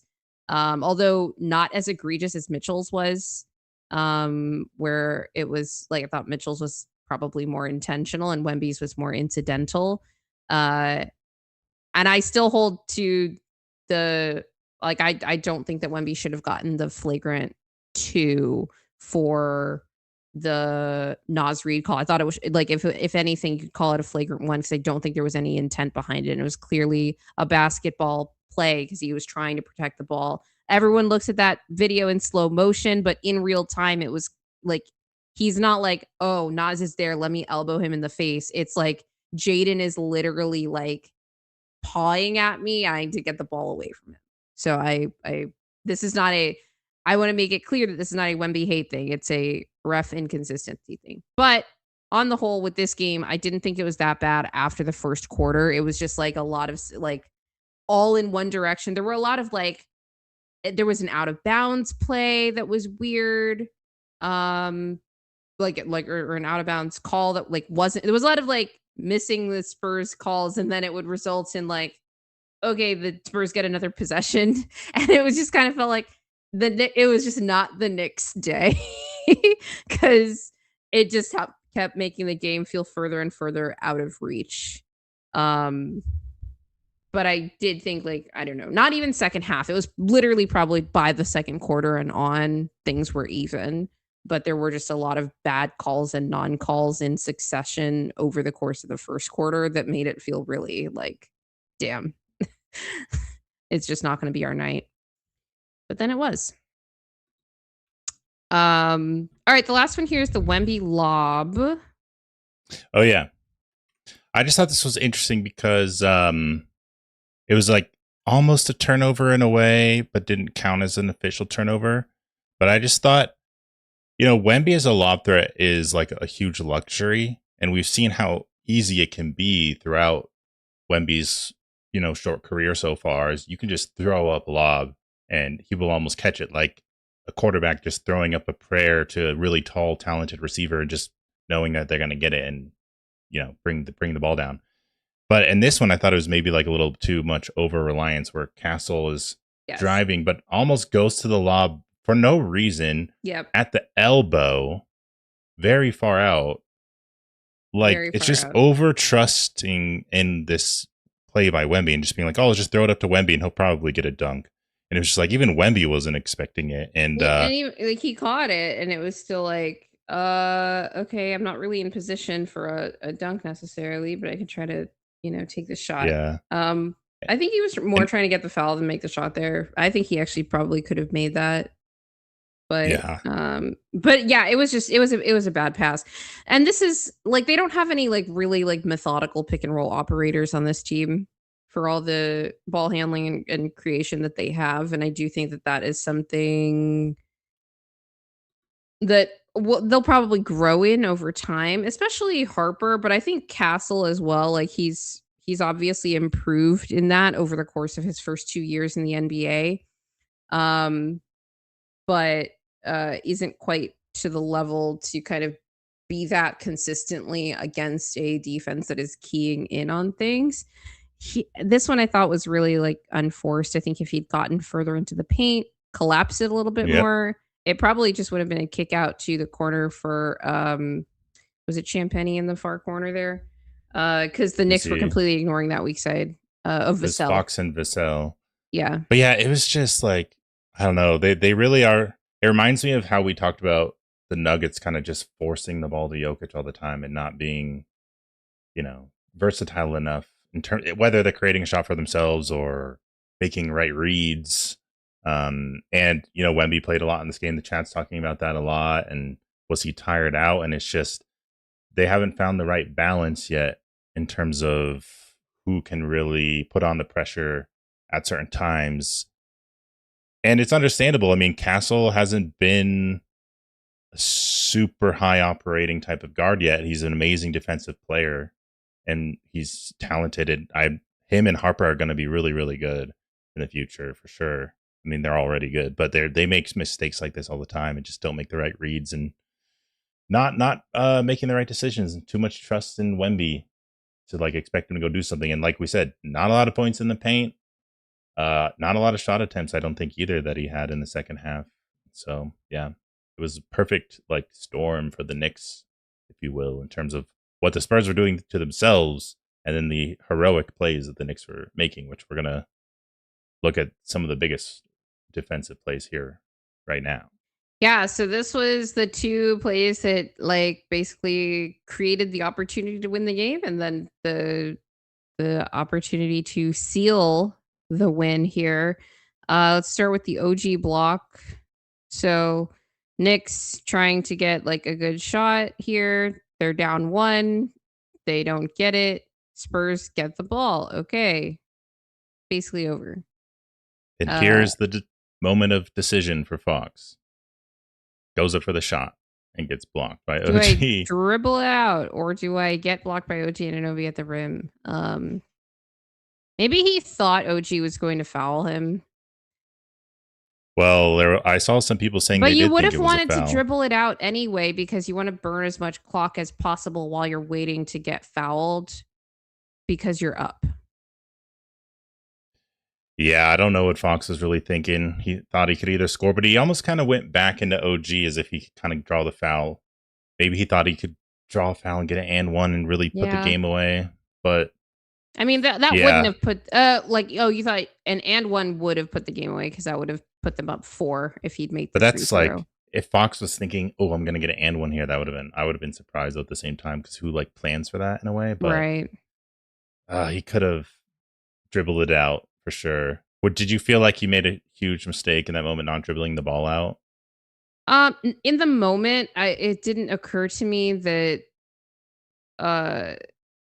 that's it didn't occur to me in the moment, but in retrospect, it was like, yeah, that's what you should have done. I didn't even realize that it was Fox on that play until everybody was talking about it after the game, to be honest, because I was literally just seeing Knicks and Spurs. I wasn't seeing individual players. So yeah, I think it was a mistake, but it was like just I was like, I can't believe you missed that. But yeah, you shouldn't have tried it. I was kind of thinking when the ball gets tipped out, like there might be a chance that's how athletic OG is. There might be a chance that OG can get to this ball before Fox does, but obviously Fox does. He's faster, he's smaller, all of that stuff. But that just shows you how close behind OG was trailing, and maybe that should have been, I don't know, closer to the top of mind for Fox. They had the lead. They would have had to.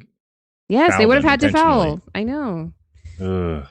The only thing that would have made it make sense from just a game theory perspective is if you thought there was a really good chance of you getting an and one. But even so, you don't want to take that risk. But maybe, like, the other thing, look, if you were on a team that had a bunch of bad free throw shooters, then you would have wanted to try to make the bucket while you have the opportunity. But the Spurs aren't a bunch of bad free throw shooters, and Fox knows that. So it's not like, I don't want to say like this is like the wrong thing to do in all instances. It just didn't really make sense here. And I think it was very like impulsive, and yeah, not a great look for the most veteran player in the starting lineup.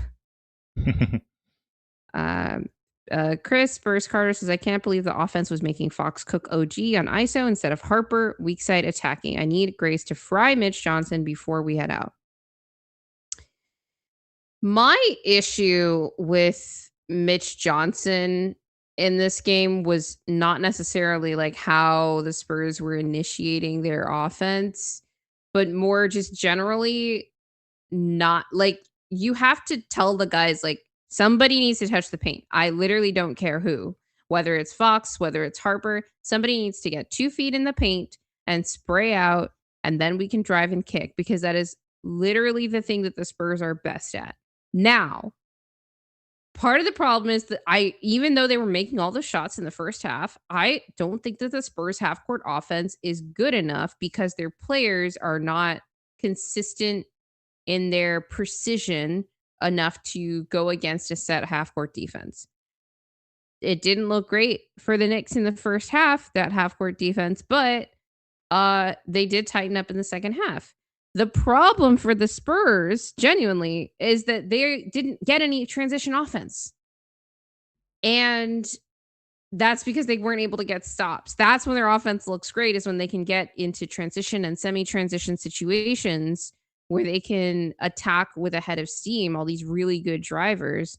But when they can't, they look like a little bit slower, and they look their lack of sort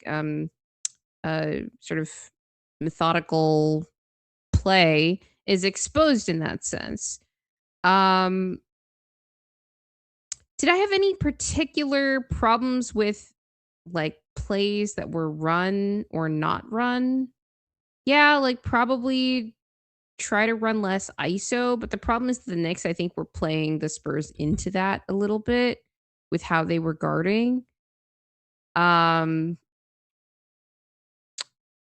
and I just think that like Fox and Wemby needed to be better. Like those are the guys that everybody was relying on. I actually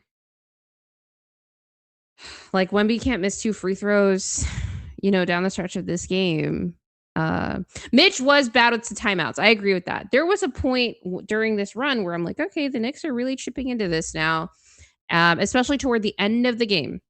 And it's like, okay, the Knicks have cut it to 2 possessions. The Knicks have cut it to 1 possession. The Knicks have cut it to a point. The Knicks have taken the lead.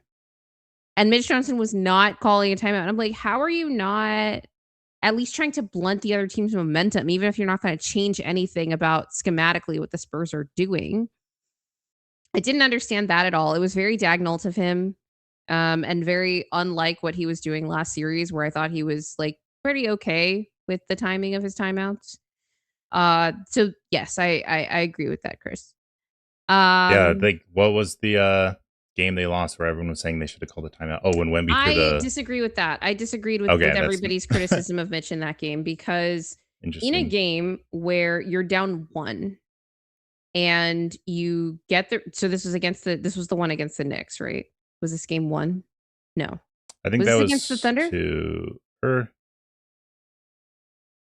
I thought it was against the Knicks. What was the one where he threw the pass and it hit Castle in the head, and then the game was over? I thought it was the Knicks Oh, because yeah, then yeah. It yeah, was against the Knicks, because yeah. then he fouled Brunson. I think So, that was the in a first. game where like I get it, like everyone's like, "Oh, your teams are so yeah, agreed, Chris. Like you can't wait for a 20-1 run." Like it was bad.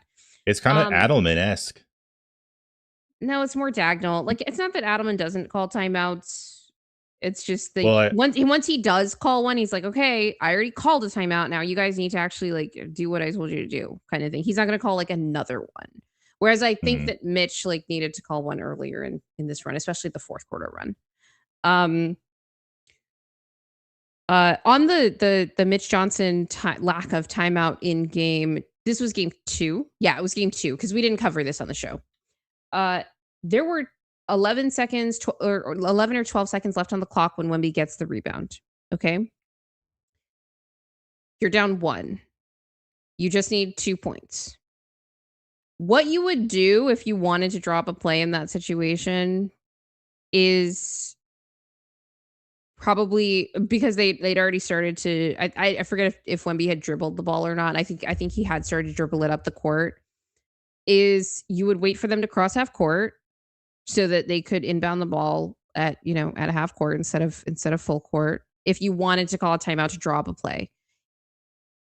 Alternatively, you only need 1 point, you only need a 2, and you have this great transition offense team that just forced a stop, that has these great drivers, and you absolutely don't expect Wemby to throw the ball off of another player's back in transition that he is looking directly at. Like that is not a foreseeable circumstance for Mitch Johnson in that situation.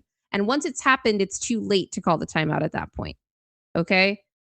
There was nothing before Wemby made that decision to throw the ball to indicate that the Spurs should have called a timeout in that instance, other than if you were just like, I generally just distrust all these young players on my team. But obviously, Mitch Johnson doesn't distrust the players on his team. They've gotten to the NBA Finals, right? And so in that instance, and I'm trying to remember the flow of game 2.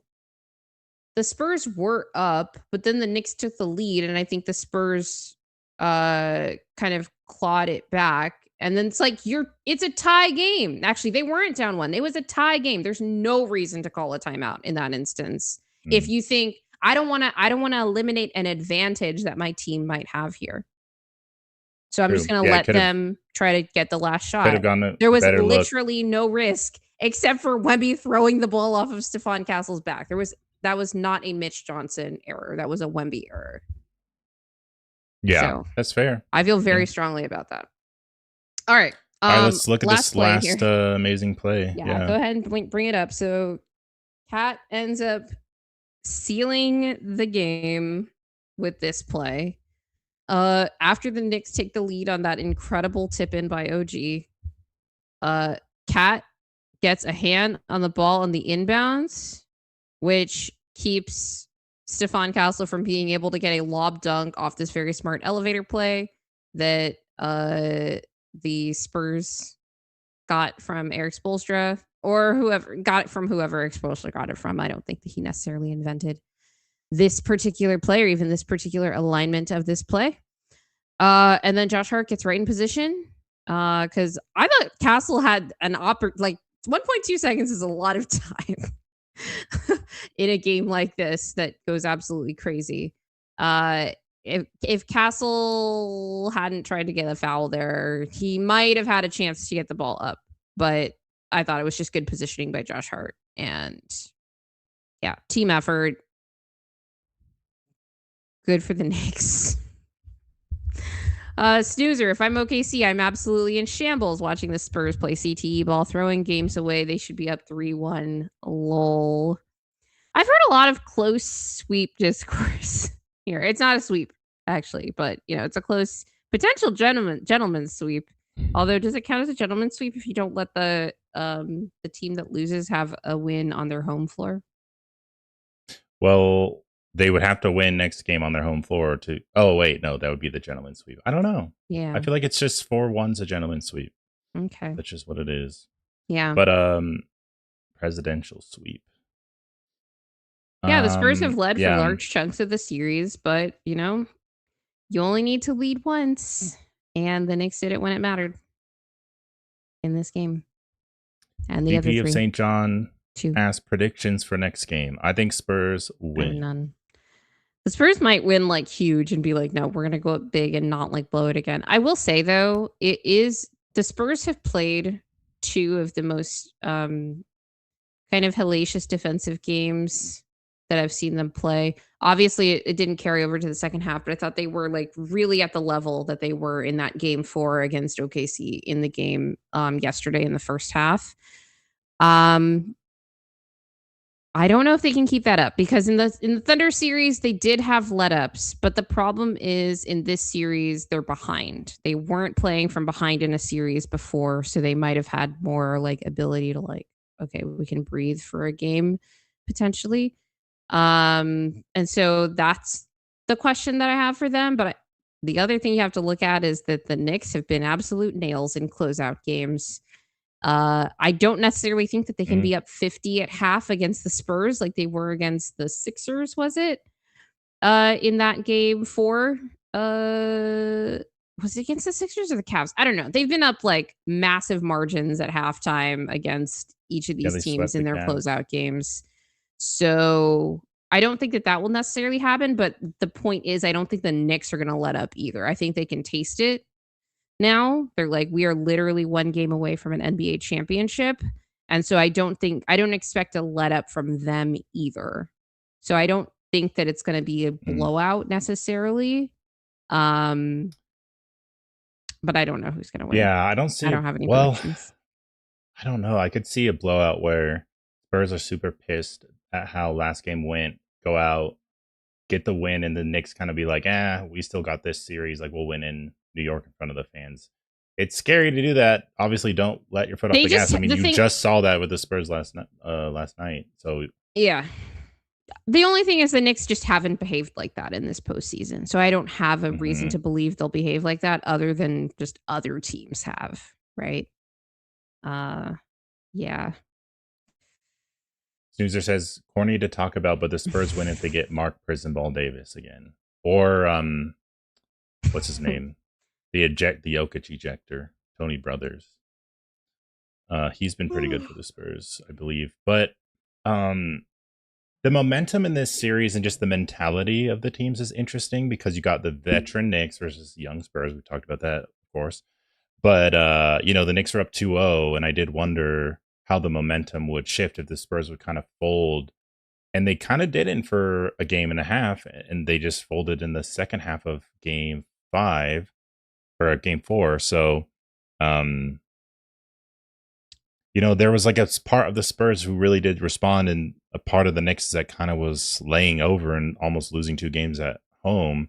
And I do wonder now whether the Spurs respond or if they're like totally defeated after like choking a game like that. You'd think there are a lot of teams who would just fold after losing like that and not being able to come back from it because it's so upsetting. I think of like, maybe this is not a good example, but when the Cavs lost to the Warriors when LeBron had like 50 points. It was like the best LeBron game ever played, and then JR forgot what the score was, and they lost, and they got swept after that. And I just feel like they lost all life. But that was a totally different scenario too, where LeBron was just like, I'm so outmatched. I've lost to the Warriors too many times. I don't really give a shit.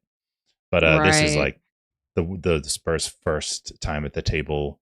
But I do wonder if the Knicks can like put the final nail in the coffin and really, I expect them to, because they're vets, to just close it out in a professional way and not get too ahead of themselves. They look pretty focused. I mean, the thing is, I think both teams are going to come really in. They're going to come really intense. I actually do believe that, but I also think that the Knicks could come in with a really professional mindset, intent, game plan, and even like play very well and professionally and all of that, and it not matter because the Spurs also play well. And I think we're going to get another close game. There's been a lot of games where like it's like within decided 10 on the last points. possession. Yeah. I think all but game, I guess, well, half the games, because game 2 and game 4 were literally the last possession. And then game 1, the Knicks pulled away at the end, and game 3, the Spurs pull away at the end. And now I think, have the Knicks Spurs game 3. I just want to see how much they lost by. It was 4. The Knicks haven't lost by a combined double digits in this postseason. They lost game 3 by 4 points, and they'd previously lost 2 games by 1 point each before. So they've lost by a combined 6 points in this postseason. I just don't think they're going to get shellacked. It looks like they were on the verge of that yesterday, but then obviously they didn't. So I just think we're in for another close game. If either team is going to break, I could see it being the Spurs. I don't think the Knicks are going to break. No, it would take like the Spurs being as dominant as they were in that first half, and like the Knicks playing a little bit better as well. I don't know that the Spurs can shoot as well as they did that consistently across all these games as they did in that first half, but it would take them. I mean, really, they couldn't even do it consistently across 2 halves of one game. They shot 17% in the second half. But I mean, the Knicks shot really well in the second half, and they couldn't keep it up either. So that's going to be interesting that they both kind of got like their hot shooting half, and it didn't really translate to a blowout victory either way, right? The Knicks won by 1. What does it look like when Cat plays more than 25 minutes left next game? At least hopefully plays more than 25 minutes, because he doesn't get in foul trouble within the first 2 minutes of the game. That could be a swing factor. What does it look like when Vic doesn't have to play 44 minutes in a game? That's another one. As in like he has a little bit more energy. Yeah.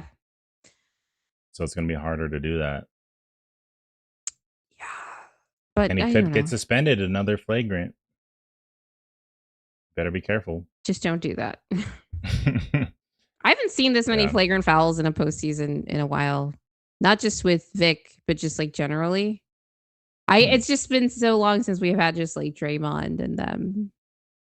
Yeah, because they haven't been in the playoffs. We haven't had one where like the Warriors. The Bulls have gone to the Western Conference Finals multiple times, and we haven't gotten like a multi-flagrant run from Rudy. That's kind of weird, right? I I don't even think he got one this last playoff. And Cat, like, he hasn't gotten a flagrant. Yeah. Because he can just sometimes be out of control, but like he's made stupid fouls. But they'll just call offensive fouls. Season. Like I think to get a flagrant, it has to be not a basketball play. Yeah, for sure.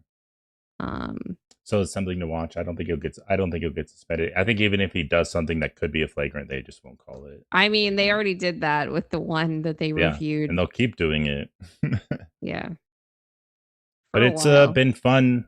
Like, even if the series score is lopsided right now, like, all the games have been exciting to see how they finish at the end. So it's been a fun finals for the most part. I mean, this could be the closest sweep in NBA history. Gentlemen's sweep.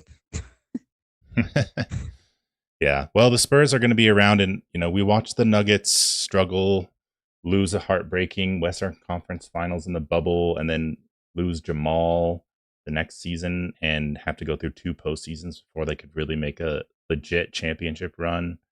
And I just want to see a Spurs team, a young team, have to go through some losses and some struggles before they're like just winning series and winning the finals. So I'm happy about the outcome, and it's kind of restoring some faith in the NBA for me, because just seeing the Thunder and the Spurs win back-to-back finals, it just confirmed that the NBA is like a young man's league, which it definitely still is in a lot of ways. But I kind of like seeing a veteran team still win and like show a younger team what it kind of takes. I just like that idea that it takes a lot of work to get to that level and really finally win.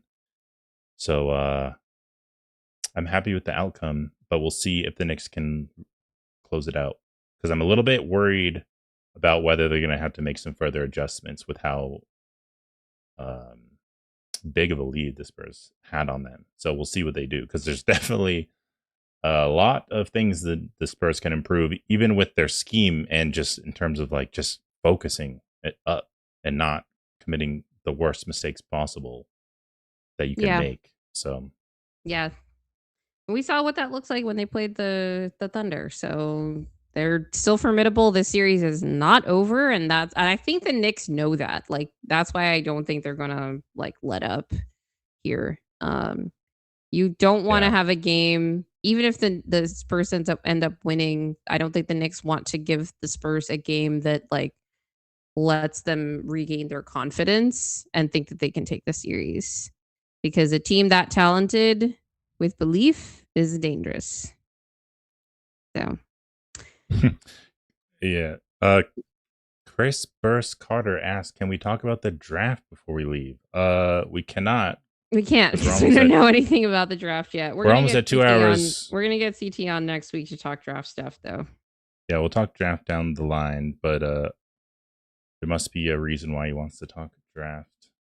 But yeah, we'll prepare stuff on the draft and all that when we get there. But so far, we'll see who wins the NBA Finals for sure. Yeah, should be fun. All right. If you guys made it this far, you are the best. Yes. Decided not to insult our fans. Hanging out for so long. Yeah. If you like our content, please remember to hit the like button, hit the subscribe button, as well as the notification bell. Follow us on socials, and leave us a review on your favorite podcast platform. We are also on Spotify, Apple Music, and Amazon Music. For anybody that just listens, if you want to share the podcast, if anyone is looking for 2 to 3 hour long Nuggets and NBA basketball talk. Yeah, and it, like I said, follow us on socials, and always remember that winning is fun and losing sucks, especially when teams that Will hates lose and restore his faith in basketball.